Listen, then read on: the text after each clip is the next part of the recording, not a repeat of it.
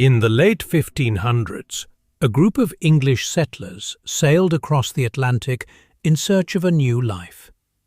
They arrived on a remote island off the coast of what is now North Carolina. They built homes. They planted crops. They prepared for a future. And then they vanished. 3 years later, when help finally arrived from England, the settlement stood empty. No bodies, no battle signs, no graves. Just one word carved into wood: Croatoan. More than 4 centuries later, the fate of the lost colony of Roanoke remains one of the oldest unsolved mysteries in American history. The story begins in 1587, during England's early attempts to establish colonies in the New World. England was eager to compete with Spain's growing empire in the Americas. Explorers believed the eastern coast of North America could become a strategic foothold for trade, resources, and influence.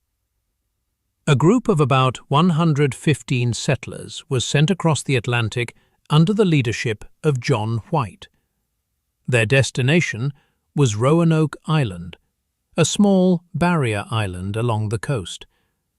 Among the colonists were men, women, and children. This wasn't meant to be a military outpost. It was meant to be a permanent home. In fact, one of the most famous events in the story happened shortly after their arrival. John White's daughter gave birth to a child. The baby was named Virginia Dare. She became the first English child born in the Americas. For a moment, the colony seemed full of promise.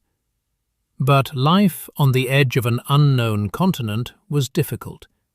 Food was scarce. Relations with nearby indigenous communities were uncertain, and the settlers desperately needed supplies from England. So the colonists made a decision. Governor John White would sail back to England to gather help. He promised to return quickly. But history had other plans. Just as White arrived in England, war broke out between England and Spain. The conflict escalated into what would become the famous Anglo-Spanish War. Ships were urgently needed for defense. England's fleet was focused on the looming threat of the Spanish Armada. As a result, White could not immediately return to Roanoke. Weeks turned into months. Months turned into years. For the colonists on Roanoke Island, that meant surviving alone in an unfamiliar land. No reinforcements, no resupply, no way home. Finally, in 1590, 3 years after leaving them, John White managed to secure a voyage back to the colony.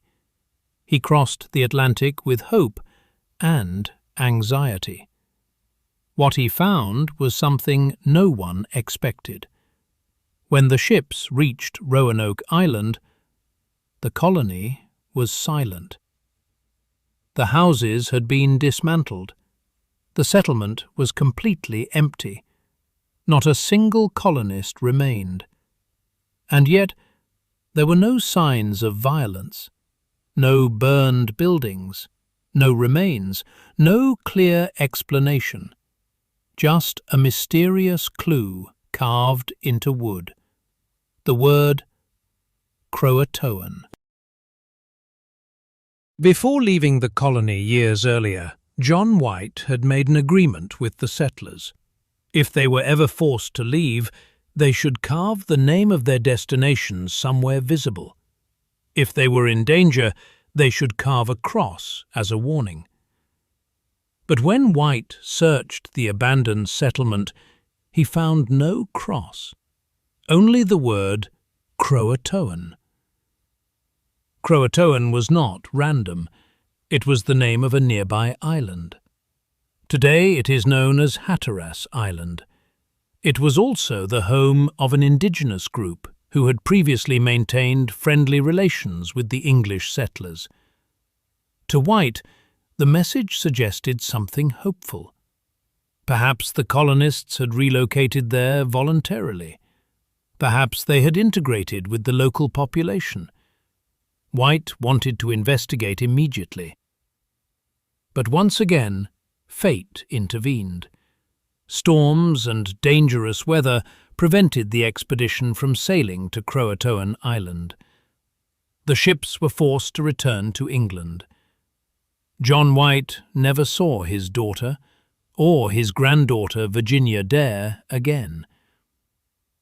Over the centuries, historians and archaeologists have proposed many theories about the fate of the colony. Some believe the settlers moved to Croatoan Island and assimilated with local indigenous communities. There are historical hints that some tribes later reported ancestors with European features or customs.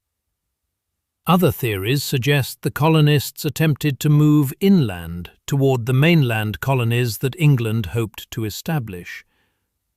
Some historians think they may have been killed during conflicts with local groups. Others believe starvation or disease may have weakened the settlement before the survivors dispersed. But the truth is that no definitive evidence has ever been found.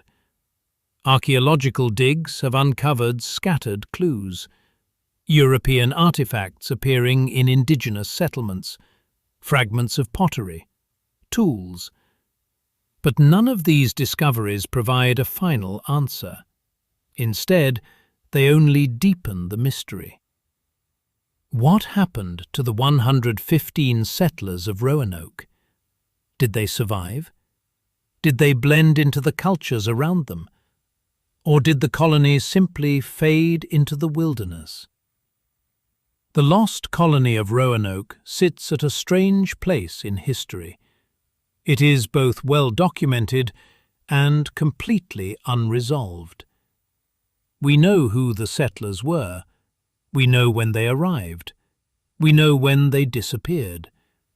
But the final chapter of their story remains unwritten.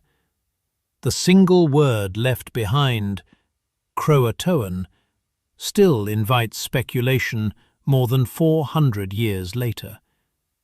It may have been a message of hope, or the last trace of a community trying to survive. Either way, Roanoke remains one of history's quietest mysteries, a settlement that simply vanished. If you enjoy exploring mysteries from history, consider subscribing for more evening stories. And tonight, remember that sometimes the past doesn't leave answers, only clues.